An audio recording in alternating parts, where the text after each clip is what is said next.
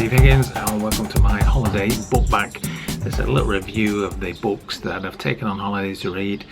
You can find the print version over on stevehigginslive.com. I've not done a video version for a while, so I thought I'd give it a go. And I'm going to start off with this book. There we are. It's called The Thief, His Wife and the Canoe by David Lee with Tony Hutchinson. And it's about a fellow called John Darwin who was drowning in debt. He bought a load of properties in the property boom in, I think it was the 1980s, and rented all his properties out. Things began to go wrong for him, so he thought, well, what can I do? I'm going to fake my own death. Now, probably his wife wasn't very happy about it, but he decided to just do that. He rowed out to sea in a canoe.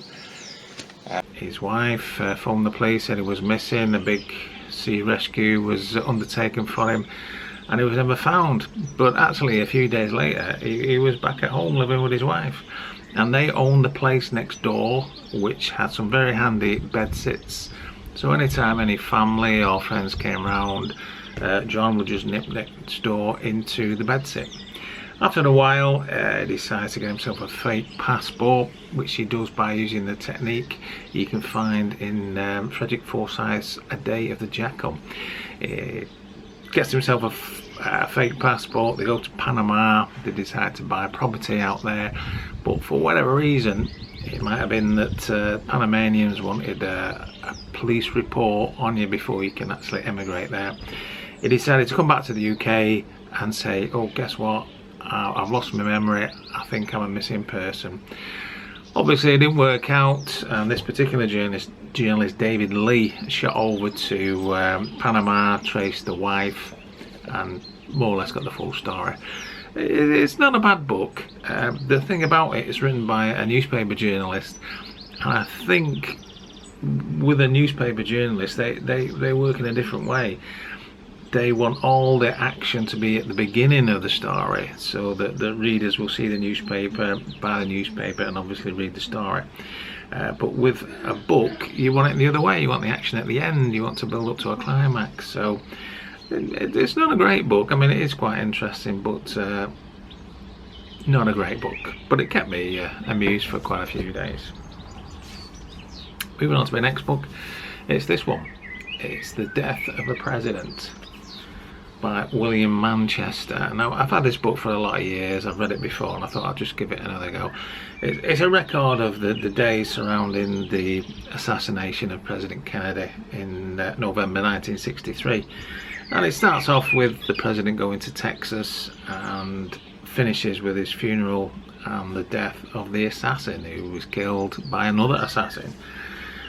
It's a hugely detailed book. In fact, it's a kind of micro record of the assassination, and it kind of reminded me of one of those films you see in the 1970s where you know, you get a split screen effect. So on one side it'll have Kennedy getting into his limousine, and on the other side Oswald, presumably the assassin, getting ready in his sniper's nest, and then the chief of police getting into his car, and so on and so on.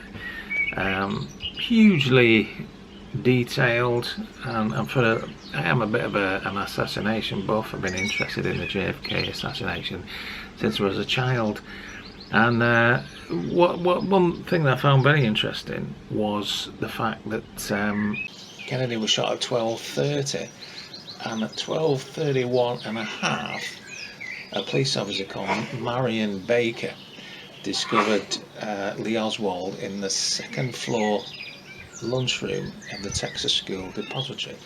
So could he have managed to get from the 6th floor where his sniper's nest was, hide the rifle and get down to the 2nd floor just as this police officer was coming up?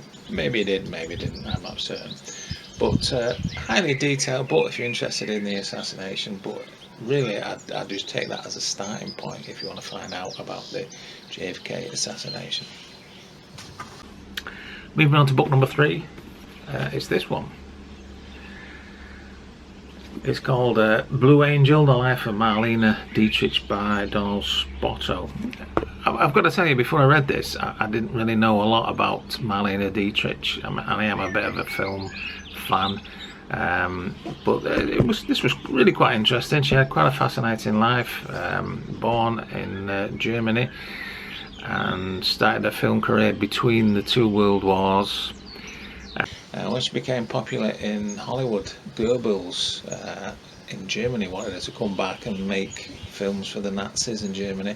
She declined. She became an American citizen and even toured Europe, performing for the troops, for the Allied troops, which of course made her not very popular in Germany.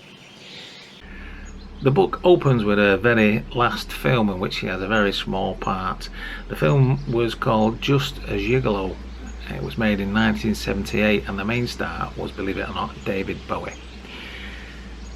She has this small part, films it in one take, then goes back to her Paris apartment, which according to the book she never left, apart from hospital appointments and doctor's appointments, until she died. Anyway, that's quite a fascinating book, taking you back to old Hollywood. For me, highly interesting. I'm going to finish with this last book. It's called Give Me 10 Seconds by John Sargent. Used to be a political correspondent for the BBC. And this is probably the best book I've read my entire holiday. It's a really warm, interesting autobiography. Not very much about his personal life, but it lets you know about it. It tells you about his wife and getting married and his children and so on. But that's pretty much in the background, and in the foreground is working for the BBC. And the BBC comes over as a very almost like being in the civil service, like a big organisation. John reckons it's run on a kind of military style, so you couldn't have holidays, you had leave. Pretty much how my experience was of working at the Highways Agency, in fact. And I think at the time TV journalists were sort of looked down on by the radio journalists, but gradually as time went on, of course, TV took centre stage over radio. John went on to be a political journalist for the BBC, and later in the book he was over to ITN, where I think he had a better time there. It was a freer environment, not so many layers of management as there was in the BBC, but hugely interesting. And of course John's claim to fame was that moment in the 70s. John was doing a broadcast from the British Embassy in Paris, and right in the middle of his broadcast, Mrs. Thatcher came downstairs, and he was the guy with the microphone. He pretty much got the scoop. She wanted to go forward to the next round of the ballots, and ultimately didn't, and John Major became the Prime Minister. So, hugely interesting book if you're interested in the BBC, if you're interested in politics as well. Probably interesting book. That's the last of my 4 book reviews. You can find out more at stevehigginslive.com. Thanks for watching, and bye for now.